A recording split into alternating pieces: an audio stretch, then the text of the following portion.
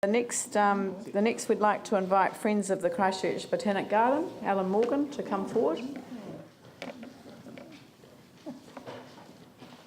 Yes, good morning. I'm Charles Graham. I'm the president of the Friends of the Botanic Gardens, and this is Alan Morgan.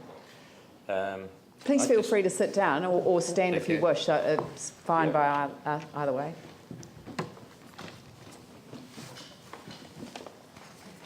The Friends of the Botanic Gardens exist to support the Botanic Gardens in any way possible by providing funds for major projects, well, we consider them major, education, supporting various events in the Botanic Gardens and the like.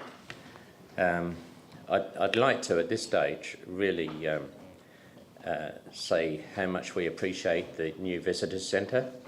That is great, the first public building in Christchurch, and there are a lot of positive comments regarding that. At this stage, I'm going to hand over to Alan Morgan.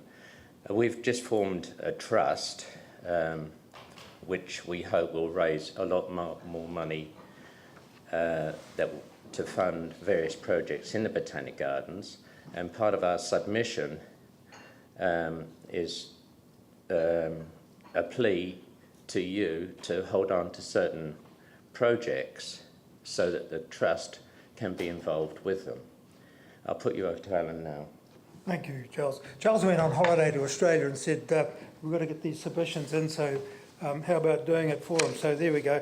That's why I'm here. I'm also the past president and the incoming president as well, so we're a bit short on the ground if there's any other volunteers around. Basically, it's just to reinforce, without reading the submission again, to keep hold of the visions. We've got the big project, we've got it in place, and it's fantastic. But downstream from that, there's a few other projects that follow on from that. For example, we now have an empty cafe, which is still need to be fixed earthquake-wise, but that's hopefully being turned into what we're going to call the Botanical Discovery Centre, primarily for school groups, and it'll be open all the time. So this is giving a boost to our educational capacity. The project that the trust, which has been waiting in the wings for some time to finally get sort of formed and nailed down, because we thought, well, it's inappropriate to launch it when the needs of the city were so great in the earthquake. So it's been lurking there for a while, but we're about to kick it off. And but we need to have projects so that the trustees that we got lined up can, when they say, what do you need the money for, we've got something specific. The first one of the projects that we've mentioned, which are all in the master plan, was the Gondwana Garden, which was started in a way by the planting of the Wollomai pine early last year. That's going to be ongoing, but it's going to need some funding and some interpretation to tell the story of Gondwana and the story of the evolution of our flora and our country. And coupled with that, there's also in the wings a children's garden, which will be an educational facility that will fit on the other side of the playground. So when the kids come to play in the playground, we can lead them into something that they might have a learning opportunity as well. So that's the thrust of it. It's just a matter of we want to keep the visions alive. We haven't, it's not all, the new building's not the end of the day. There's a lot more that can follow on from that. So ultimately a new conservatory complex that will really be able to tell the story of all the difficult environments that we have for growing even plants of our own region. Like, it's very difficult to grow plants from our alpine regions in the northwest prone environment of Christchurch, even though it's only 60 miles away. And there's all sorts of other environments like our subantarctic islands that have a very unique worldwide, unique in the world sense of a flora that is quite peculiar to that area. So that's the message that we want to put across, is that don't lose hold of the items that are in the master plan that'll probably be rolled over to the next master plan, as they tend to do. We are setting up this trust not to ask for more money from the council. We won't turn it down, but that the trust will be able to go out and seek funding and from other sources to help with some of these other projects. Well, thank you. I'll invite any questions.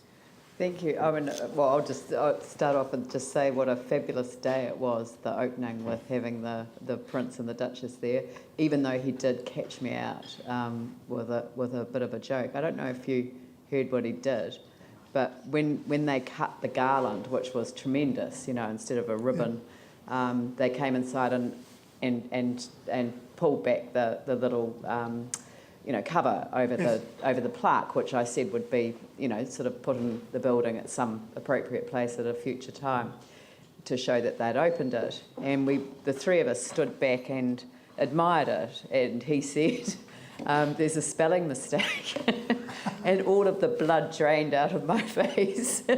and he went, "Just joking." So there you go.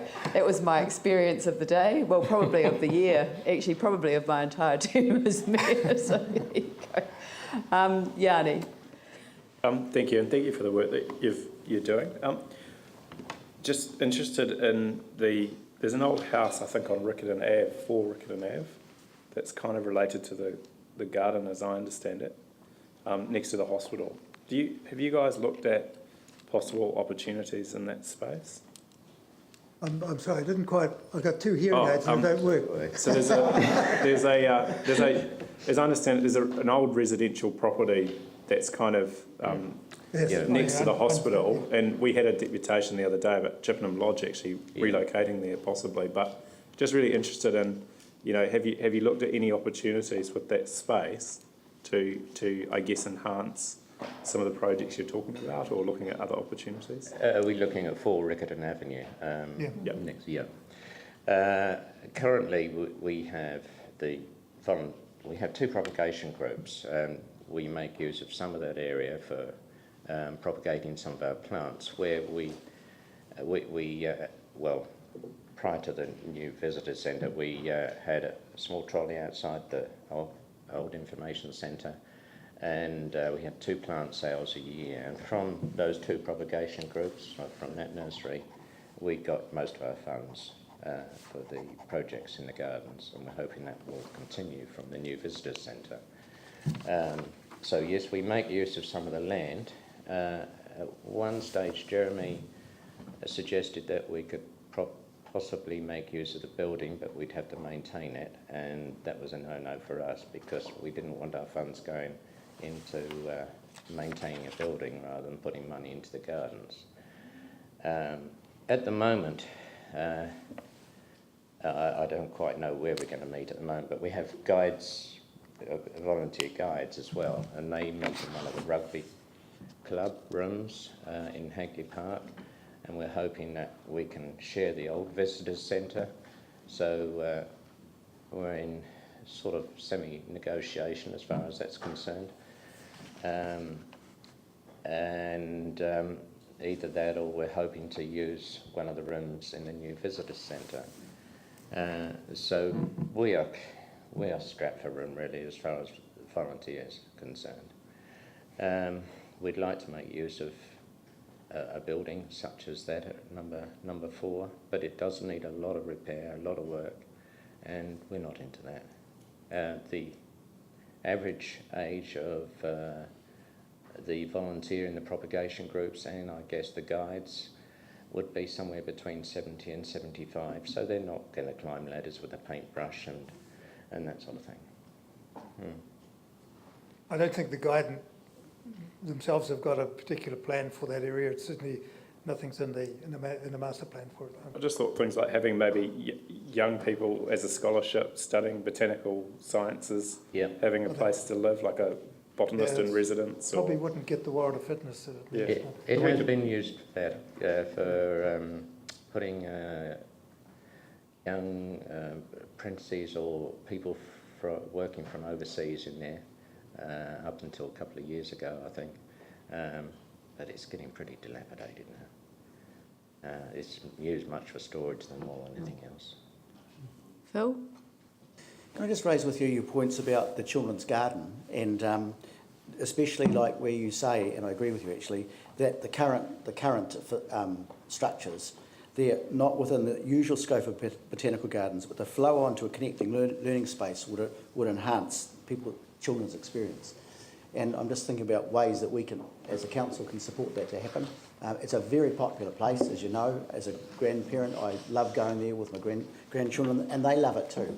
But that's like an example of something creative the other day was that there was a program from the new visitor centre where the kids took a bag out with them and they went exploring and picked up all the leaves they could find and berries that they had to try and find. That kind of flow-on effect. So I'm just wondering if there might be too some children's groups or parents groups who might link with you, given that there's, your volunteers are older people, and there might be a way for us to continue working with you and the Trust to achieve that.